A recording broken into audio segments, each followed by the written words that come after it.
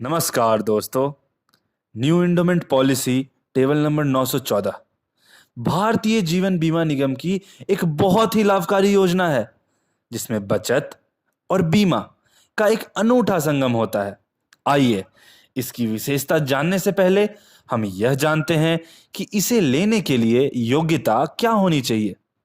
इस पॉलिसी को 8 वर्ष से 55 वर्ष तक के व्यक्ति ले सकते हैं और इसमें परिपक्वता की अधिकतम उम्र की सीमा 75 वर्ष है।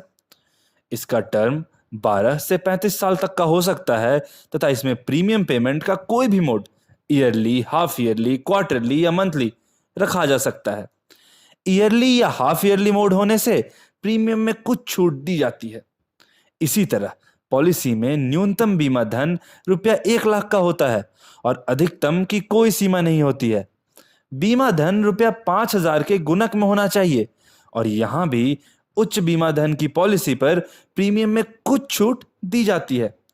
परिपक्वता राशि न्यू एंडोमेंट प्लान एक रेगुलर प्रीमियम प्लान है, अतः इसमें अवधि के अंत तक प्रीमियम जमा करना पड़ता है। अवधि पूरा होने पर परिपक्वता राशि का भुगतान किया जाता है। परिपक्वता राशि के रूप में पार्टी को बीमा धन plus bonus plus final additional bonus दिया जाता है। बोनस की दरें एलआईसी द्वारा प्रतिवर्ष घोषित की जाती है और फाइनल एडिशनल बोनस सिर्फ 15 वर्ष या उससे अधिक अवधि वाली पॉलिसी में ही दी जा सकती है। मृत्यु दावा अब यदि अवधि के बीच में ही पार्टी की मृत्यु हो जाती है तो नॉमिनी को मृत्यु दावा राशि का भुगतान किया जाता है। इस पॉलिसी में नेचुरल तथा एक्सीडेंटल दोनों तरह का रिस्क कवर रहता है।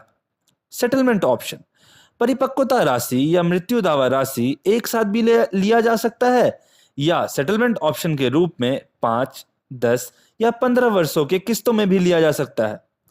लोन एंड सरेंडर पॉलिसी के 2 वर्ष तक चलने के बाद इसमें से लोन ले सकते हैं या इसको सरेंडर भी कर सकते हैं। हालांकि सरेंडर करना कभी भी पार्टी के हित में नहीं होता है।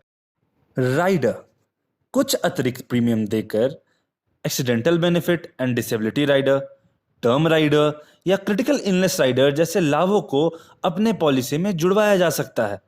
बच्चों के नाम से पॉलिसी लेने पर पीडब्ल्यूबी राइडर की भी सुविधा ली जा सकती है।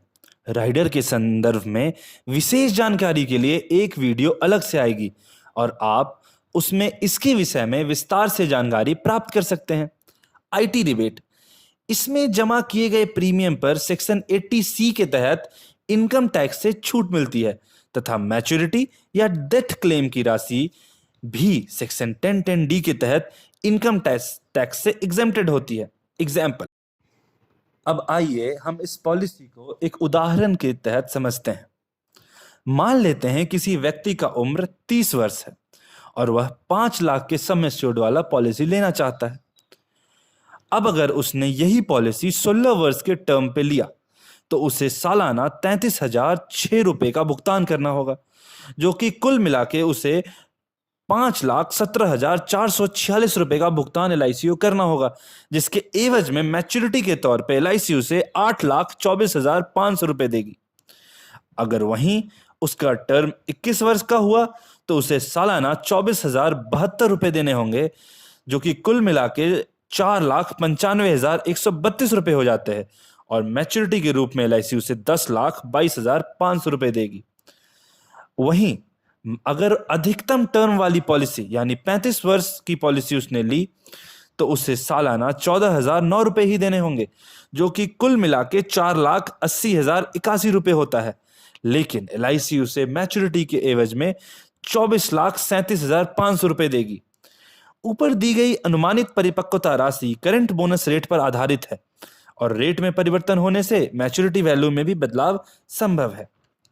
इस पॉलिसी को मात्र संक्षेप में बताया गया है, अतः इसके बारे में और जानकारी के लिए एलआईसी की किसी भी मान्यता प्राप्त अभिकर्ता से संपर्क करें तथा अच्छी तरह से समझकर इस शानदार पॉलिसी में निवेश करें। धन्यवाद।